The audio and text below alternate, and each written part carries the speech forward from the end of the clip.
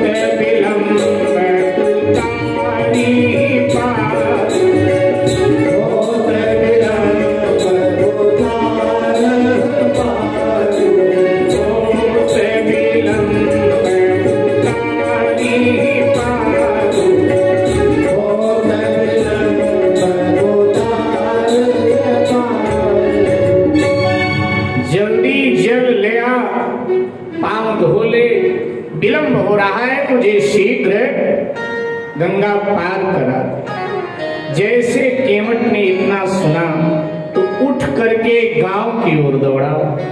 लक्ष्मण जी ने कहा भगवान, बुजुर्ग लोग कहावत कहा करते थे कि छोटे व्यक्ति को ज्यादा सर पे नहीं बिठाना चाहिए, आपने इसको सर पे ज्यादा बिठा लिया। अभी तक हट कर रहा था पांव धुलवाओ पांव धुलवाओ पांव धुलवाओ, और जब आपने आदेश कर दिया कि जल ले आ पांव धो ले, तो ये गांव की तरफ क्या करने जा रहा है जरा पूछना इससे। गंगा जी सामने बह रहे हैं, ये दौड़ा जा रहा है गांव की। भगवान ने आवाज दिया भैया केवट गंगा जल यहीं से ले ले पांव धो ले, गांव की तरफ क्या करने जा रहा है।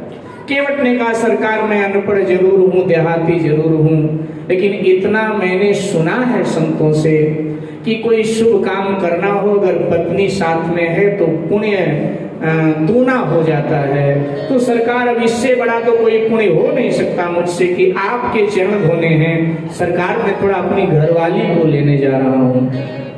ये कह करके दौड़ा फिर गांव की। लक्ष्मण जी ने कहा महाराज पूरा दिन ये खराब करेगा, गांव जाएगा घरवाली को बताएगा, 3 घंटे एड़ी रगड़ रगड़ कर नहाएगी और फिर 3 घंटे किस मैचिंग की साड़ी पहनो महाराज इसी में बर्बाद करेगी। दिन खराब हुआ समझो। केवट गया, रोटी बना रही थी, बोली जल्दी जल्दी रोटी आके खा लो, बथुआ का साग गरम गरम रोटी बनाया है। केवट ने कहा भगवान रोटी बाद में खाएंगे। घाट पर भगवान आया, चरण धुलवाने के लिए राजी हो गया, जल्दी चलो। केवटानी तैयार होने लगी और रोने लगी। केवट ने कहा भगवान हंसने के समय क्यों आंसू बहा रहे हैं। बोले जी गरीबी को याद करके रो रहे हैं। आज मेरे घाट पर भगवान आया, अगर सोने चांदी के बर्तन होते उसी में भगवान की चरण धोते, लेकिन नहीं हमारे पास, इसलिए रो रहे। केवट ने कहा नहीं अमीरी चाहिए नहीं, हम तो भगवान से प्रार्थना करते हैं कि जितने जन्म देना संसार में सरकार गरीब ही बनाना, अमीर मुझे बनाना नहीं। यही कारण है गत जन्म में यही केवट सुदामा बनता है, लेकिन गरीबी ज्यों की त्यों, क्योंकि मांग किया था मुझे चाहिए नहीं अमीर। कहता है सोने चांदी के बर्तन होते तो भी मैं उसमें चरण न धोता, क्योंकि सोने चांदी के बर्तन में पानी सोखने की क्षमता नहीं होती। क्यों टानी ने कहा किसमें धोएगा चरण, किसमें धोओगे चरण। तो बोला कठौता में धोऊंगा। अब कठौता दिल्ली वाले जानते हैं, अच्छा ठीक है, बहुत अच्छी बात। कठौता एक परात के आकार का लकड़ी का पात्र होता है, नाविक के नाव में पड़ा होता है। जब नाव में पानी ज्यादा भर जाता है तो उसी कठौते से पानी को बाहर करता है, उसी पात्र से पानी को बाहर फेंकता है। हमारी अवधी भाषा में उसको कठौता बोलते हैं। तो कहने लगा कठौता में पांव धोऊंगा। इससे 2 लाभ होगा। पहला लाभ तो ये होगा कि सरकार के पांव की परीक्षा हो जाए। लकड़ी की नाव और लकड़ी का कठौता, कठौता सस्ता बनता है, नाव महंगी बनती है। अब भगवान के चरण कठौते में धोऊंगा, अगर कठौता कहीं परिवर्तित हो गया, स्त्री बन गया, तो हाथ जोड़ दूंगा कि महाराज बस बस समझ गए। जब कठौता लकड़ी का स्त्री बन सकता है तो नाव भी तो बन सकती है। फिर नौका पर उनको बिठाऊंगा नहीं, परीक्षा हो जाएगी। और अगर कठौता बिगड़ा नहीं तो भगवान का चरण धो लूंगा, चरणामृत स्वयं पीऊंगा, परिवार को पिलाऊंगा, ग्रामवासियों को पिलाऊंगा। जो चरणामृत बच जाएगा धीरे धीरे कठौता सोख लेगा, क्योंकि लकड़ी में पानी सोखने की क्षमता होती है, सोख लेगा। फिर वो कठौता नाव से उठाकर रसोई में रख दूंगा और उसी में आटा गूंद गूंद करके तो रोटी बनाया करना, और भगवान के चरणामृत से सनी हुई प्रसादी नित्य पाएंगे, धन्य धन्य हो जाएंगे। कठौते में धोऊंगा और यहाँ से पत्नी परिवार को संग लेकर के, कठौता में पानी भी घर से लेकर आ रहा है। बाबा जी लिख देते हैं कि केवट घर से कठौता में पानी भर के ले आया। केवट राम रजाय सुल्तान, केवट राम रजाय सुल्तान,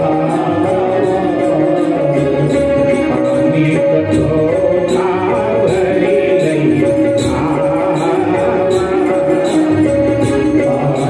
कठौता भरी लई पानी कठौता भरी लई पानी कठौता भरी लई। सरकार के आगे रख दिया कठौता, सरकार लाओ दाहिना चरण दो। भगवान ने पहले दाहिना चरण बढ़ाया, केवट ने जल्दी जल्दी धोया, कुसा बिछाया, पधरा दिया। महाराज रख लो। ये कुसा क्यों बिछा रहा है? सरकार झगड़ा खत्म करना है तो कुसा तो बिछाना पड़ेगा, क्योंकि अगर आप जमीन पर पांव रखोगे तो फिर धूल लगेगी, फिर वही झंझट मुझे बार बार धोना पड़ेगा। इस पे रखो। दाहिना चरण प्रभु ने पधरा दिया। अब बायां चरण लिया, बाएं चरण को भगवान के एक हाथ में रख लिया और दूसरे हाथ से पानी डाल डाल कर रगड़ रगड़ के धो रहा है। बड़ी देर हो गई। अब केवट हिले तो भगवान भी बड़ी देर हो गई। भगवान ने कहा धुल गया भैया। पहला वाला दाहिना चरण जल्दी धो दिया था, क्योंकि केवट को पता था दाहिना चरण जिसके हिस्से में है वो आदमी बड़ा टेढ़ा है, इसलिए जल्दी जल्दी धो के काम निपटा दिया। और बायां तो किशोरी जी के हिस्से का है, इसलिए केवट को कोई डर नहीं। बोले जल्दी कर भाई, अब धूल तो गए। इतनी देर से एक टांग के सहारे में खड़ा हूं, दर्द कर दिया पांव में, तूने ऊपर टांग रखा। केवट ने कहा वाह, जब गरीबों के घर जाते हो तो आपको नखरे बहुत हो जाते हैं, लेकिन अमीरों के घर जाते हो तो नखरे नहीं दिखाते। भगवान ने कहा मैं क्या नखरा दिखा रहा हूँ? केवट ने कहा और क्या? राजा बलि के यहाँ जब गए तो एक पांव धरती पर एक अंतरिक्ष में रख दिया, तब आपके पांव में दर्द नहीं हुआ। मैंने जरा सा ऊपर क्या उठा दिया, कहते हैं दर्द होगा। भगवान ने कहा तू झूम रहा है ना, और तू झूम रहा है तो मुझे गिरने का डर लगता है। केवट ने कहा गिरने का डर लग रहा हो ना तो मेरा सर पकड़ लो। इस बहाने भगवान का हाथ अपने सर पे रखवाना चाहेगा।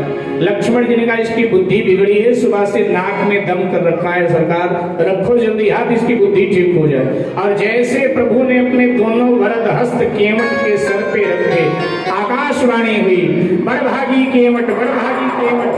देवता पुष्प की वर्षा करने लगे। बाबा जी ने लिख दिया अति आनंद उमगी अनुराग,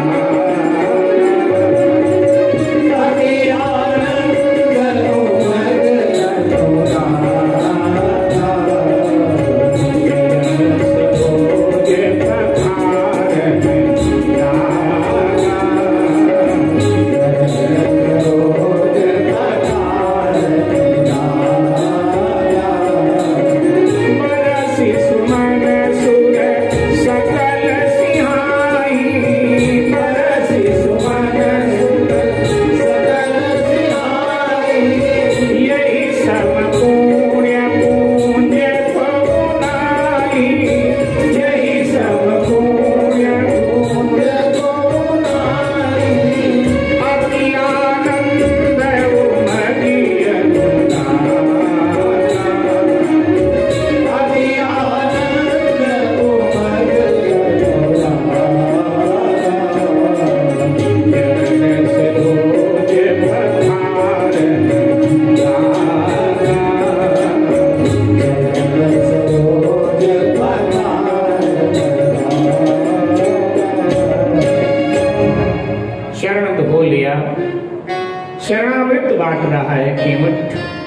गंगा घाट का पुजारी बन गया, परिवार को चरणामृत दिया, स्वयं लिया। सीता जी ने लक्ष्मण जी से कहा, लक्ष्मण चलो हम दोनों भी चरणामृत ले लेते हैं। लक्ष्मण जी ने कहा, कैसी बातें करती हैं मां, अब हम अल्लाह से चरणामृत मांगे? तो चरणामृत तो मांग के ही लिया जाता है। हम रघुवंशी हैं, रघुवंशी मांगता नहीं।